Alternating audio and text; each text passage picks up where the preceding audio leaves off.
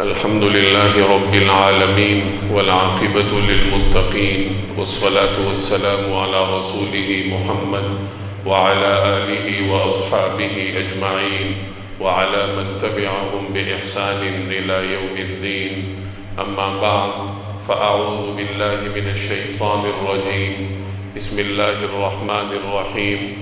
يا أيها الذين آمنوا إذا لقيتم فئة فاثبتوا واذكروا الله كثيرا لعلكم تفلحون وأطيعوا الله ورسوله ولا تنازعوا فتفشلوا وتذهب ريحكم واصبروا إن الله مع الصابرين. وروي عن النبي صلى الله عليه وسلم: أنا محمد وأحمد وحاشر والمقفي ونبي الرحمة ونبي الملحمة. وروي عنه صلى الله عليه وسلم: إن الله بعثني بين يدي الساعة وجعل رزقي تحت ظل رمحي، أو كما قال عليه الصلاة والسلام: صدق الله العظيم وصدق رسوله النبي الكريم. بزرگان محترم اور میرے عزیز دوستوں اور بھائیوں، مسلمان جب تک مکہ مکرمہ میں رہے، ہجرت سے پہلے اللہ تبارک و تعالی نے انہیں ہتھیار اٹھانے کی اجازت نہ دی. یہ پورا زمانہ ان کی تربیت کا زمانہ تھا. اللہ کی مشیت یہی تھی کہ مسلمان اجتماعی طور پر پہلے تربیت کے مراحل سے گزر جائیں، اس کے بعد انہیں جہاد کی اجازت دی جائے. مکی زندگی میں قریش تشدد کرتے تھے، ہر قسم کے دھونس اور دھاندلی سے کام لیتے تھے، لیکن جواب میں مسلمانوں کو صبر کا حکم تھا. ایک مرتبہ حضرت عبد الرحمن بن عوف رضی اللہ تعالی عنہ نبی کریم صلی اللہ علیہ وسلم کی خدمت میں حاضر ہوئے. یہ مکی زمانہ تھا اور ہر طرف سے قریش کی یلغار تھی اور مسلمان جواب نہیں دے سکتے تھے. تو حضرت عبد الرحمن ابن عوف نے عرض کیا کہ یا رسول اللہ، زمانہ جاہلیت میں کسی کی یہ مجال نہیں ہوتی تھی کہ وہ اس طریقے سے ہمارے ساتھ سلوک کرے، اور اب ہم مسلمان ہوئے ہیں تو یہ لوگ طرح طرح سے ہمیں اذیت دیتے ہیں، ہماری عزت اور ناموس کو داؤ پر لگا دیتے ہیں، تو ہمیں جواب دینے کی اجازت دے. تو آپ صلی اللہ علیہ وسلم نے فرمایا کہ نہیں، ابھی اللہ تبارک و تعالی نے مجھے اجازت نہیں دی، لہٰذا صبر سے کام لو. تو 13 سال تک مسلمان صبر کرتے رہے. قریش مارتے تھے، پیٹتے تھے، تشدد کرتے تھے، مختلف طریقوں سے گھسیٹتے تھے مسلمانوں کو. جن پہ زیادہ بس چلتا تھا ان پہ زیادہ تشدد کیا جاتا تھا. حضرت خباب کو کوئلوں پر لٹایا گیا. حضرت بلال کے ساتھ کیا کچھ نہیں ہوا آپ واقف ہیں. حضرت عثمان جو باوجود یہ کہ سردار تھے، لیکن ان کا چچا، ان کے اہل خانہ انہیں الٹا لٹکاتے تھے اور نیچے سے اس میں صف کے اندر لپیٹ کر دھوئیں کی دھونی ان کو دیا کرتے تھے. اس طریقے سے قریش ہر ممکن طریقے سے مسلمانوں کو اذیتیں دیتے تھے، لیکن مسلمان جواب میں صبر کرتے تھے. اللہ کا حکم یہی تھا. جب مسلمانوں نے ہجرت کی، ہجرت کے بعد اللہ تبارک و تعالی نے آیت نازل کی: اذن للذین یقاتلون بانہم ظلموا، کہ اب اجازت دی جاتی ہے ان لوگوں کو کہ جن سے لڑائی کی جاتی ہے.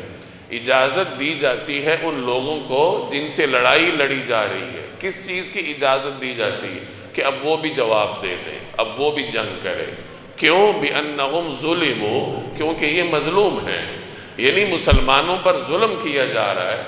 قریش ان کو طرح طرح سے ستاتے ہیں. مکہ میں بھی ستایا کرتے تھے، اور اب جب مسلمان ہجرت کر کے مدینہ آ گئے تو قریش اب بھی پیچھا نہیں چھوڑ رہے. مختلف طریقوں سے بالواسطہ اور بلاواسطہ مسلمانوں کو اذیتیں دینے میں کسی قسم کا کوئی موقع ہاتھ سے جانے نہیں دیتے.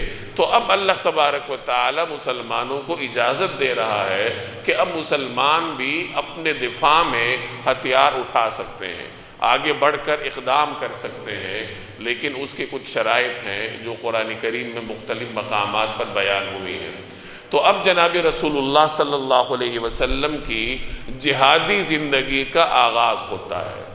2 ہجری سے مسلمانوں نے جہاد شروع کیا ہے، اور آپ علیہ السلام کی حیات مبارکہ کے تقریباً 8 سالوں میں مسلمانوں نے 83 یا 84 جنگیں لڑی ہیں، اور ان میں سے 27 یا 28 میں جناب رسول اللہ صلی اللہ علیہ وسلم بنفس نفیس موجود تھے، اور ان 27 یا 28 میں بھی 9 جنگیں ایسی تھیں جن میں مسلمانوں نے قتال کیا ہے، یعنی لڑ کر اپنا مقصد حاصل کیا ہے، اور باقی جنگوں میں اللہ تبارک و تعالیٰ نے بغیر لڑے ان کے مقاصد انہیں عطا کر دی۔ تو 9 جنگوں میں جناب رسول اللہ صلی اللہ علیہ وسلم کی موجودگی میں مسلمانوں نے فزیکلی عملی طور پر قتال کیا، دشمن کے ساتھ 2 ہاتھ کیے، جس میں مسلمانوں کے بھی کچھ لوگ شہید ہو جاتے اور دشمن کے بھی کچھ لوگ جہنم رسید ہو جاتے۔ تو اس طریقے سے یہ جناب رسول اللہ صلی اللہ علیہ وسلم کی جہادی زندگی تھی۔ آغاز قریش مکہ کے تجارتی روٹ کو کاٹ کر مسلمانوں نے کی۔ جب آدمی کسی کے ساتھ حالت جنگ میں ہوتا ہے، جب کوئی قوم دوسری کے ساتھ حالت جنگ میں ہوتی ہے، تو پھر اپنے دشمن کی شان و شوکت ختم کرنا مقصود ہوتا ہے۔ جیسے آج کل معاشی طور پر ایک دوسرے کو کمزور کیا جاتا ہے، معاشی جنگیں لڑی جاتی ہیں، تو یہ کوئی آج کل کی بات نہیں ہے۔ ہر زمانے میں ایک دشمن اپنے دوسرے دشمن کی معیشت کو بھی کمزور کرنے کی فکر کرتا تھا۔ اس زمانے میں قریش یہ تجارت پیشہ قوم تھی۔ مکہ مکرمہ ہمیشہ سے کوئی زرخیز زمین تو رہی نہیں ہے، پہاڑی خطہ ہے، سنگلاخ وادیاں ہیں، سنگلاخ چٹانیں ہیں۔ یہاں اس زمانے میں بھی باغات نہیں تھے، اور آج کل بھی کوئی خاص باغات نہیں ہے۔ تو قریش کے پاس باغبانی کرنے کا، زراعت کرنے کا اس کے وسائل تو تھے نہیں، تو آ جا کے ان کا دار و مدار تجارت پر ہوتا تھا۔ تاجر قوم تھی، ان کے آبا و اجداد طویل زمانے سے تجارت کرتے آ رہے تھے، اور بین الاقوامی تجارت کرتے تھے، یعنی صرف عرب کے اندر ہی نہیں، عرب سے باہر جاتے تھے، یمن جاتے تھے، شام جاتے تھے، اور مختلف تجارتی منڈیوں میں جاتے تھے، جہاں ہندوستان سے جانے والے تاجر بھی جایا کرتے تھے۔ عربوں کا ہندوستان کے ساتھ بھی تجارتی روابط تھے، اور بہت پرانے تھے، صدیوں پرانے تھے۔ تو قریش تجارت پیشہ قوم تھی، تجارت پر ان کا دار و مدار تھا، اور ان کا جو تجارتی روٹ تھا وہ مدینہ کے باہر سے گزرتا تھا۔ انہوں نے شام جانا ہوتا تھا، یمن جانا ہوتا تھا، تو جو ان کا تجارتی روٹ تھا وہ مدینہ کے پاس سے ہو کر گزرتا تھا۔ تو آپ صلی اللہ علیہ وسلم نے ان کے اس تجارتی روٹ کو قریش پر تنگ کرنے کا فیصلہ کیا، اور اس کے لیے آپ نے 2 طریقوں سے حکمت عملی اپنائی۔ ایک تو اس تجارتی روٹ کے کنارے پر جو قبائل آباد تھے، نبی کریم صلی اللہ علیہ وسلم نے ان کے ساتھ معاہدات کیے تاکہ وہ قبائل قریش کے دوست نہ ہوں، مسلمانوں کے دوست ہوں۔ تو ظاہر ہے کہ جب وہاں قریش کے حلیف نہیں ہوں گے، ان کے اتحادی نہیں ہوں گے، تو ان کے لیے وہاں سے گزرنا آسان نہیں ہوگا۔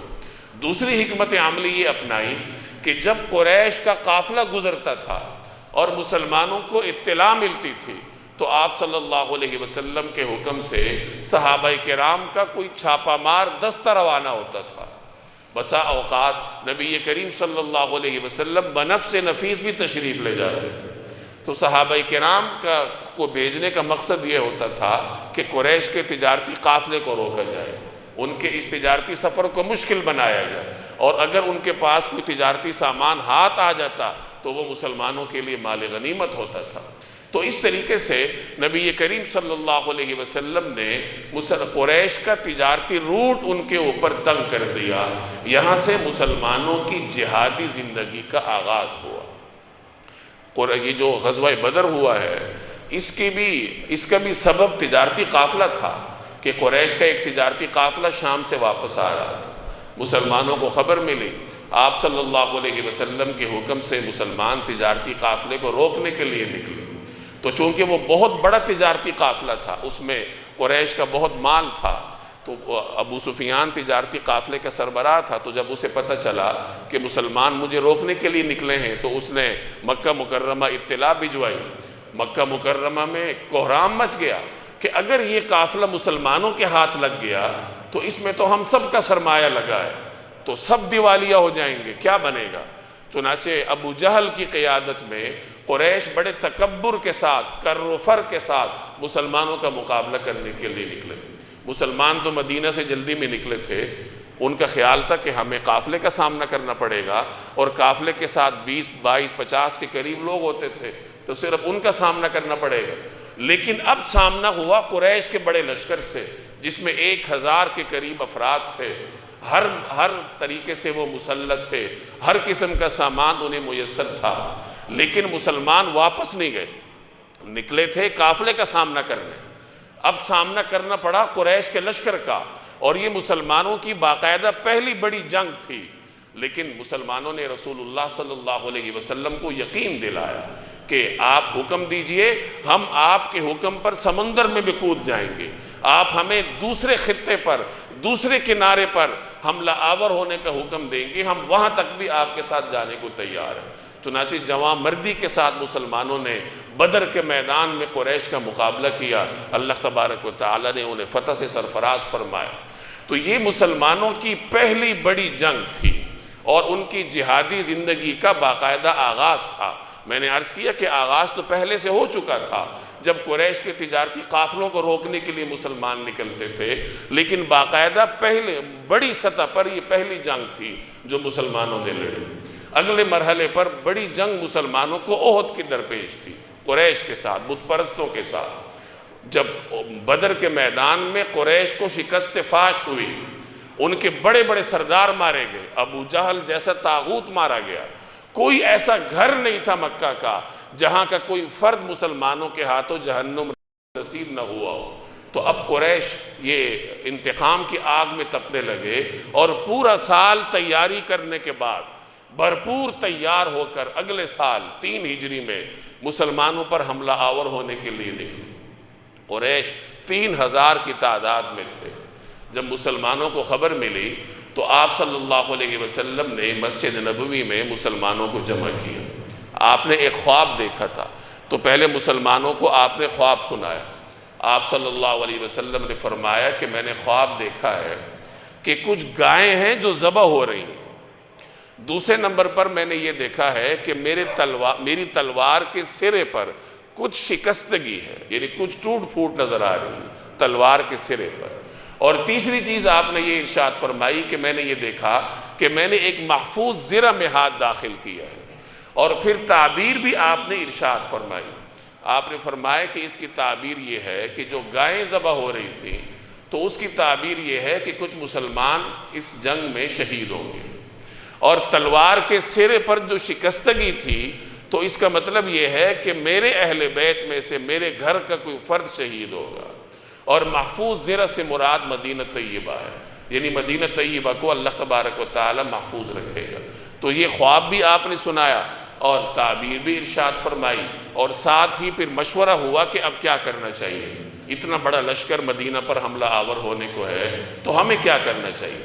خود حضور صلی اللہ علیہ وسلم کی رائے یہ تھی کہ چونکہ ہماری تعداد بہت کم ہے، ساز و سامان بھی بہت کم ہے، تو ہم باہر نکل کر میدان میں مقابلہ نہیں کرتے، بلکہ ہم اندر مدینہ میں رہ کر جنگ لڑیں گے۔ اس کا فائدہ یہ ہوگا کہ مسلمانوں کے مرد گلی محلوں میں قریش کا مقابلہ کریں گے، بچے اور عورتیں چھتوں پر سے تیر اندازی کر کے، پتھر برسا کر قریش کا نقصان کریں گے۔ اور چونکہ گلیاں تنگ ہوتی ہیں تو قریش کو چاروں طرف سے مسلمانوں کو گھیرنے کا موقع بھی نہیں ملے گا۔ تو یہ جناب رسول اللہ صلی اللہ علیہ وسلم کی ذاتی رائے تھی، اور جو بڑے بڑے صحابہ کرام تھے ان کی بھی یہی رائے تھی، یہاں تک کہ رئیس المنافقین عبداللہ بن ابی جو مسلمانوں ہی کے روپ میں وہاں موجود تھا اور قبیلہ خزرج کا سردار تھا، اس کی بھی یہی رائے تھی۔ اس کی تو اس لیے ہوگی کہ باہر جا کے لڑنا نہ پڑے، وہ تو ڈرتا تھا جنگ سے کہ چلو اندر رہ کے لڑنے کا موقع ملے تو باہر نہیں جانا پڑے گا۔ تو آپ علیہ السلام کی یہ رائے مبارکہ تھی۔ لیکن کچھ مسلمانوں نے عرض کیا کہ یا رسول اللہ، ہم تو دشمن کا انتظار کرتے ہیں کہ کب موقع ملے اور ہمیں جہاد کی سعادت نصیب ہو، تو ہمیں باہر نکلنے کی اجازت دیجئے، ہم باہر جا کر دشمن کا مقابلہ کرنا چاہتے ہیں۔ اور ان حضرات میں حضرت حمزہ بھی تھے جو رسول اللہ صلی اللہ علیہ وسلم کے چچا تھے، ان کی بھی یہی رائے تھی کہ باہر نکل کر مقابلہ کرنا چاہیے۔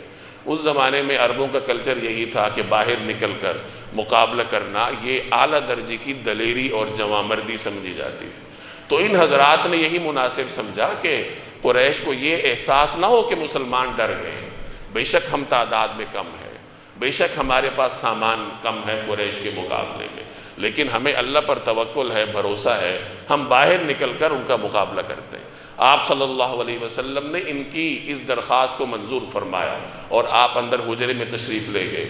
حضرت ابوبکر، حضرت عمر بھی آپ کے ساتھ تھے۔ رسول اللہ صلی اللہ علیہ وسلم نے جنگی لباس زیب تن فرمایا، عمامہ زیب تن فرمایا، اوپر تلے 2 زریں آپ نے پہنی۔ زرہ اس زمانے میں لوہے کا جنگی لباس ہوتا تھا جو تلوار اور تیر سے انسان کو بچاتا تھا، تو یہ 2 زریں اوپر تلے آپ صلی اللہ علیہ وسلم نے زیب تن فرمائی، تلوار حمائل فرمائی، اور اس طرح مسلح ہو کر جنگی لباس میں جناب رسول اللہ صلی اللہ علیہ وسلم باہر تشریف لائے، اور اس کے بعد پھر آپ مسلمانوں کو لے کر احد کے میدان میں گئے۔ تو اس طریقے سے مسلمانوں کو یہ دوسرا بڑا معرکہ درپیش تھا۔ احد کے میدان میں ابتدا میں تو اللہ نے مسلمانوں کو فتح عطا فرمائی، لیکن بعد میں کسی وجہ سے ماحول تبدیل ہوا، کچھ صحابہ کرام کو ایک جگہ رکنے کا آپ نے حکم دیا تھا، وہ وہاں پہ نہ رک سکے، تو اس کے بعد پھر حالات تبدیل ہوئے اور وقتی طور پر کچھ مسلمانوں کے قدم بھی میدان سے اکھڑ گئے اور بڑے بڑے مسلمان پھر شہید ہوئے۔ حضرت حمزہ رضی اللہ تعالی عنہ جیسے جلیل القدر صحابی اور مسلمانوں کی جرنیل اسی غزوے میں شہید ہوئے تھے، اور غزوہ احد میں 70 کے قریب مسلمان شہید ہوئے، بڑے بڑے جلیل القدر مسلمان۔ مدینہ طیبہ کی آبادی اس وقت چند ہزار پر مشتمل تھی۔ اب چند ہزار کی بستی میں جب 70 جنازے اٹھیں گے تو آپ تصور کیجئے کہ کیا حالات ہوں گے۔ یعنی ہر گھر میں کوئی نہ کوئی شہید تھا۔ خود جناب رسول اللہ صلی اللہ علیہ وسلم کے اہل بیت میں حضرت حمزہ جیسے چچا آپ کے شہید ہوئے تھے۔ جب آپ مدینہ طیبہ میں داخل ہوئے غزوے سے واپسی پر، تو چونکہ جگہ جگہ شہداء کے گھر تھے، تو ان کے بچے یا ان کی خواتین فطری طور پر غمزدہ تھے۔ بسا اوقات آواز اونچی ہو جاتی ہے غمزدہ لوگوں کی، تو جگہ جگہ سے رونے کی آوازیں آ رہی تھی۔ تو آپ صلی اللہ علیہ وسلم نے اس موقع پر فرمایا کہ حمزہ پر رونے والا آج کوئی نہیں ہے۔ چونکہ حضرت حمزہ یہاں ہجرت کر کے تشریف لائے تھے، ان کے اہل و عیال تو مکہ میں تھے، یہ گویا کہ آپ صلی اللہ علیہ وسلم نے حضرت حمزہ پر عذرائے رحمت ارشاد فرمایا کہ آج ان کا کوئی رونے والا نہیں ہے۔ جب انصار کی خواتین تک یہ خبر پہنچی تو وہ فوراً رسول اللہ صلی اللہ علیہ وسلم کے گھر حاضر ہوئیں، اور انہوں نے آ کر حضرت حمزہ پر بین شروع کر دیا، ان کی یاد میں رونا شروع کر دیا۔ آپ صلی اللہ علیہ وسلم اس وقت آرام فرما رہے تھے۔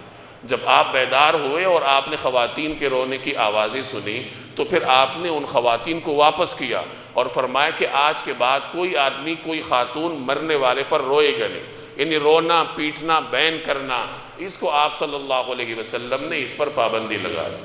تو یہ صرف اس زمانے کے حالات بیان کرنا مقصود ہے کہ کس قدر بڑی تعداد میں مسلمان شہید ہوئے تھے، اور بڑے بڑے جلیل القدر مسلمان حضرت حمزہ جیسے جلیل القدر صحابی اس غزوے میں شہید ہوئے۔ تو معلوم ہوا کہ قوموں پر اس قسم کے حالات آ جاتے ہیں، آزمائشیں آ جاتی ہیں، جب بسا اوقات بڑی تعداد میں جانی نقصان کا سامنا کرنا پڑ جاتا ہے، مالی نقصان کا سامنا کرنا پڑ جاتا ہے، تو قوموں کی زندگی میں ایسے حالات وقتاً فوقتاً آتے رہتے ہیں، اور انہی حالات سے گزر کر اللہ تبارک و تعالی مسلمانوں کو اس طرح گزار کر انہیں کندن بنایا کرتا ہے۔ تو نبی کریم صلی اللہ علیہ وسلم کی یہ 8-9 سالہ جنگی زندگی ہے، جس میں آپ نے 27-28 غزوات میں شرکت کی ہے، اور ان میں سے 9 غزوات میں عملی طور پر قتال میں حصہ لیا ہے۔ آپ علیہ السلام کا ایک تعارف تو آپ نے سن رکھا ہے، رحمت للعالمین، جسے قرآن کریم بھی ذکر کرتا ہے، وَمَا أَرْسَلْنَاكَ إِلَّا رَحْمَةً لِلْعَالَمِينَ، کہ اے پیغمبر ہم نے آپ کو اگر دنیا میں بھیجا ہے تو دونوں جہانوں کے لیے رحمت بنا کے بھیجا ہے۔ آپ کا ایک تعارف تو نبی الرحمہ ہے، آپ کا ایک اور تعارف بھی ہے، نبی الملحمہ، جو آپ صلی اللہ علیہ وسلم نے خود اپنا تعارف فرمایا، نبی الملحمہ، اس کا لفظی معنی ہے جنگوں والا نبی۔ ایک صحابی کہتے ہیں کہ ہمارے سامنے نبی کریم صلی اللہ علیہ وسلم نے اپنے ناموں کا ذکر کیا، اور ان میں سے کچھ نام صحابی کہتے ہیں کہ ہمیں یاد رہ گئے ہیں۔ آپ نے فرمایا، لوگو انا محمد، میں محمد ہوں، انا احمد، میں احمد ہوں، حاشر، یعنی میں وہ ہوں کہ جس کے ذریعے لوگوں کو جمع کیا جائے گا، حاشر یہ بھی آپ کا ایک نام ہے، مقفی یہ بھی آپ کا ایک نام ہے، سب سے آخر میں آنے والا، عاقب یہ بھی سب سے آخر میں آنے والا، نبی الرحمہ، رحمت والا نبی، اور اسی روایت کے آخر میں آپ کا یہ تعارف ہے نبی الملحمہ، ملحمہ والا نبی۔ ملحمہ جنگ کو کہتے ہیں، نبی الملاحم یعنی جنگوں والا نبی۔ تو آپ صلی اللہ علیہ وسلم نے خود اپنے آپ کو ایک جنگجو قرار دیا کہ میں جنگوں والا نبی ہوں۔ ایک اور روایت میں آپ صلی اللہ علیہ وسلم نے فرمایا، ان اللہ بعثنی بین یدی الساعہ، کہ لوگوں، اللہ تبارک و تعالی نے مجھے قیامت کے قریب بھیجا ہے، یعنی میرے بعد قیامت آنی ہے، وجعل رزقی تحت ظل رمحی، اور اللہ تبارک و تعالی نے میرا رزق میرے نیزے کی نوک کے نیچے رکھا ہے۔ نیزے کے نوک کے نیچے رزق ہونے کا مطلب کہ مال غنیمت میں اللہ تبارک و تعالی نے میرا رزق رکھا ہے۔ مال غنیمت وہ ہوتا ہے جو دشمن سے چھینا جاتا ہے۔ یہاں فقہاء نے بحث کی ہے کہ افضل ترین رزق کون سا ہے۔ کچھ حضرات کہتے ہیں کہ افضل ترین رزق وہ ہے جو انسان ہاتھ سے کماتا ہے، جیسے آپ نے فرمایا الکاسب حبیب اللہ، کہ جو ہاتھ سے کمانے والا ہے وہ اللہ کا دوست ہے۔ تو اس روایت کی بنیاد پر کچھ علماء کا نقطہ نظر ہے کہ افضل ترین رزق وہ ہے جو انسان کما کر کھاتا ہے، لیکن کچھ حضرات کا نقطہ نظر یہ ہے کہ افضل ترین رزق وہ ہے جو مسلمان مجاہدین کو مال غنیمت کی شکل میں اللہ تبارک و تعالی نصیب کرتا ہے، اور ان کی دلیل یہ حدیث ہے کہ آپ صلی اللہ علیہ وسلم نے خود اپنا رزق مال غنیمت کو قرار دیا۔ اسی موضوع کی ایک مضمون کی ایک اور روایت ہے جس میں آپ نے فرمایا کہ اللہ تعالیٰ نے مجھے کاشتکار نہیں بنایا، اللہ نے مجھے تاجر بھی نہیں بنایا، اللہ تبارک و تعالیٰ نے میرا رزق میرے نیزے کے نیچے رکھا ہے، یعنی مال غنیمت میں سے اللہ تبارک و تعالیٰ مجھے رزق عطا فرماتا ہے۔ اب یہاں یہ بات سمجھ لیجئے کہ ہمارے ہاں امن کا ڈھنڈورا پیٹا جاتا ہے، اور جب اس قسم کے باتیں کی جاتی ہیں، جہاد کی باتیں کی جاتی ہیں، یا جناب رسول اللہ صلی اللہ علیہ وسلم کی سیرت کا یہ پہلو ہمارے سامنے رکھا جاتا ہے جس میں آپ خود اپنا تعارف کروا رہے ہیں کہ نبی الملحمہ، تو عمومی طور پر پھر یہ جو بحث چھڑ جاتی ہے کہ یہ تو انتہا پسندی ہے، یہ تو فلاں ہے۔ یاد رکھیے کوئی انتہا پسندی نہیں ہے، بسا اوقات رحمت کے لیے فتنے کو ختم کرنا ضروری ہوتا ہے۔ اگر دنیا میں فتنے رہیں گے تو رحمت کیسے رہے گی؟ تو حضور صلی اللہ علیہ وسلم نبی الرحمہ بھی ہیں، نبی الملحمہ بھی ہیں، اور ملحمہ کے ذریعے، جنگوں کے ذریعے فتنہ اور فساد ختم کر کے آپ صلی اللہ علیہ وسلم نے روئے زمین پر امن قائم کیا، اور اس طریقے سے باقی لوگوں کے لیے اللہ نے آپ کو رحمت بنایا ہے۔ جیسے قصاص ہے، قصاص میں ایک زندگی جاتی ہے کسی کو پھانسی پہ لٹکا کے، لیکن قرآن کریم کہہ رہا ہے کہ اے لوگو لکم فی القصاص حیات، کہ اے لوگو تمہارے لیے قصاص میں زندگی ہے۔ اب ایک زندگی دنیا سے گئی ہے تو دوسرے لوگوں کے لیے پھر زندگی کا سبب بنتی ہے، عبرت بنتی ہے، تاکہ آئندہ کی قتل و غارت گری نہ کرے۔ تو فتنہ اور فساد ختم کر کے دنیا میں امن قائم کرنا پڑتا ہے۔ تو یہ بھی جناب رسول اللہ صلی اللہ علیہ وسلم کی سیرت مطہرہ کا ایک پہلو ہے۔ لوگ تو یہ سمجھتے ہیں کہ مسلمانوں کے ساتھ جو مرضی کرو وہ جواب نہیں دیں گے، اگر وہ جواب دیں گے تو پھر تو وہ انتہا پسند ہوں گے، اور ہم مسلمانوں نے بھی اپنا یہ تعارف قبول کیا ہوا ہے۔ چنانچہ جہاد کا لفظ ہمارے نصاب سے باہر ہے۔ جس زمانے میں مغربی طاقتوں کو ہم سے جہاد درکار تھا تو ہمارے سلیبس میں سورہ انفال تھی، سورہ توبہ تھی میٹرک کے سلیبس میں، اور اب جس وقت ان کو ہمارا یہ تعارف درکار نہیں ہے تو اب جہاد کا نام ہی بدنام کر دیا گیا۔ تو بہرحال یہ مسلمانوں کی تاریخ کا ایک بڑا حصہ ہے، اور جناب رسول اللہ صلی اللہ علیہ وسلم کی سیرت مطہرہ کا ایک بڑا باب ہے کہ جہاں آپ نبی الرحمہ ہیں وہاں آپ صلی اللہ علیہ وسلم نبی الملحمہ ہیں۔ جہاد یہ ہر مسلمان کا ذاتی اور ایک قسم کا اس کا مذہبی فریضہ ہے جہاد کے مختلف قسمیں ہوتی ہیں، ضروری نہیں ہے کہ ہر آدمی اسلحہ اٹھا کے میدان جنگ میں جائے گا، اور بھی قسمیں ہوتی ہیں کہ آدمی علم کے ذریعے دین کا جھنڈا سر بلند رکھے، آدمی قلم کے ذریعے سر بلند رکھے۔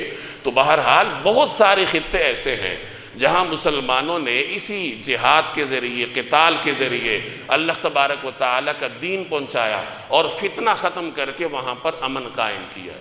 ہمارے لوگ یہ سمجھتے ہیں کہ یہاں یہ ہندوستان میں شاید اصل ہندو مت ہے، مسلمان تو باہر سے یہاں آئے تھے، انہوں نے یہاں حملہ کیا تھا، حملہ آور بنے تھے، یہی کچھ ہمارے ذہنوں میں غلط فہمیاں ہوتی ہیں۔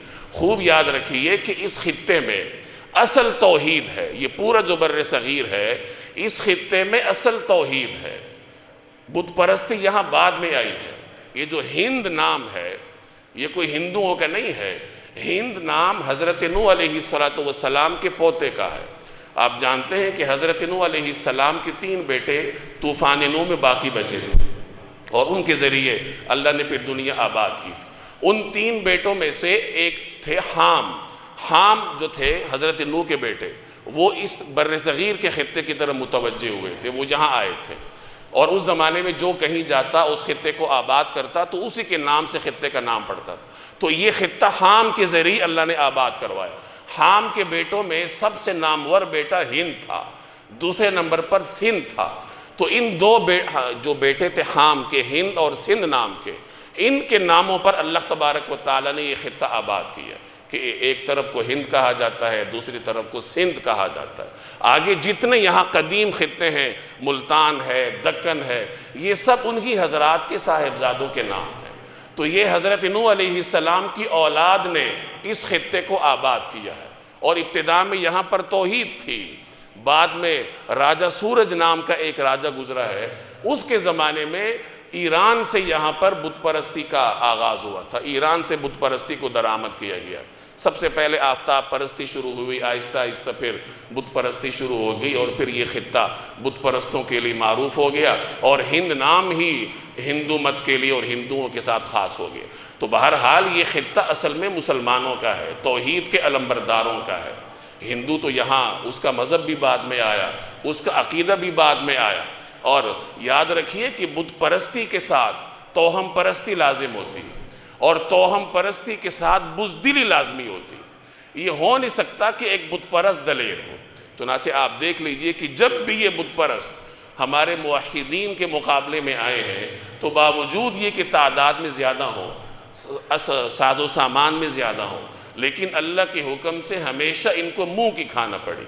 اگر ان ہندوؤں میں کوئی دم خم ہوتا تو ان پر افغانستان سے گئے ہوئے چند فیصد لوگ صدیوں تک حکومت کرتے۔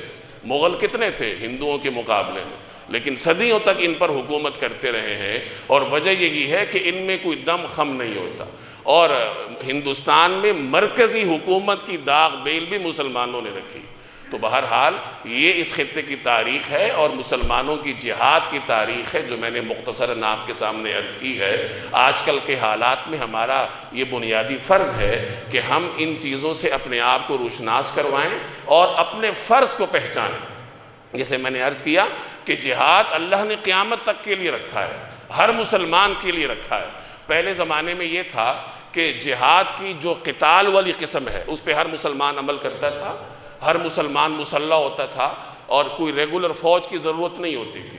اب چونکہ ترقی یافتہ زمانہ ہے، ہر چیز کے شعبے بن گئے ہیں، تو جہاد کی جو مسلح والی قسم ہے اس کے لیے افواج موجود ہیں، اور باقی جو جہاد کی اقسام ہیں، قلمی جہاد ہے، مالی جہاد ہے، علمی جہاد ہے، تو اس کے لیے عوام موجود ہے۔ تو میرے اور آپ کا بنیادی فرض یہ ہے کہ ہم مسلح جہاد سرحدات پہ جا کے نہیں کر سکتے، لیکن کچھ اور کام ہے جو ہم کر سکتے ہیں۔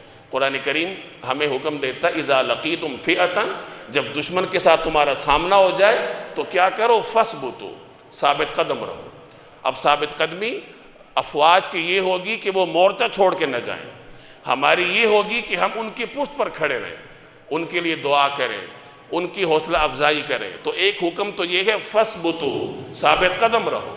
اگلا حکم ہے وَاذْكُرُوا اللَّهَ كَثِيرًا، اللہ کا کثرت سے ذکر کرو، یعنی عین حالت جنگ میں مسلمانوں کو کثرت کے ساتھ ذکر کرنے کا حکم دیا ہے۔ دعاؤں کے ذریعے اللہ کا نام لے کر بار بار۔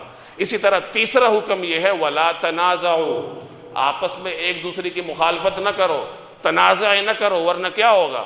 فَتَفْشَلُوا، کمزور پڑ جاؤ گے، وَتَذْهَبَ رِيحُكُمْ، تمہاری ہوا اکھڑ جائے گی، اور آخر میں فرمایا کہ وَاصْبِرُوا، صبر کرو، إِنَّ اللَّهَ مَعَ الصَّابِرِينَ، اللہ تبارک و تعالی صبر کرنے والوں کے ساتھ۔ تو ان دو آیات میں اللہ تبارک و تعالی نے ہمیں تعلیم دے دی ہے کہ ان حالات میں کرنا کیا ہے۔ ثابت قدم رہیں۔ پروپیگنڈا وار اس زمانے کی جنگوں کی ایک بڑی قسم ہے جو آج کل خصوصیت کے ساتھ استعمال ہو رہی، تو اس میں عوام اپنا حصہ ڈال سکتی، کم از کم خاموش تو رہ سکتی ہے نا۔ دشمن کے پروپیگنڈے کا توڑ اس طرح بھی ہو سکتا ہے کہ اس کو آگے نہ بڑھایا جائے، صرف ان خبروں کو آگے بڑھایا جائے جو کہ اپنے اداروں کی طرف سے آپ کے سامنے آتی ہیں۔ اس طریقے سے ایک اہم تعلیم یہ ہے کہ جب ملک کی سطح پر کوئی فیصلہ ہو جائے کہ دشمن کا مقابلہ اس طرح کرنا ہے، اس وقت کرنا ہے، تو اس فیصلے کے ساتھ مجھے اور آپ کو اختلاف کرنے کا حق نہیں، چونکہ ہم اس میدان کے لوگ نہیں ہیں۔ تو جس میدان کا جو آدمی ہو اسی میدان میں وہ کام کرے۔ ہم جو میدان اللہ نے ہمیں دیا ہے تو اس میدان میں رہ کر ہم اپنی افواج کے لیے دعا کریں، ان کی پشت پناہی کریں، اور انہی کی جو ان سے حاصل ہوئے بیانات کو ہم آگے پروموٹ کریں، اور افراتفری پھیلانے میں اپنا جو کردار ہے وہ ادا نہ کریں۔ اللہ تبارک و تعالی ان حالات سے ہمیں عہدہ برآ ہونے کی توفیق عطا فرمائے۔ وما علینا الا البلاغ المبین۔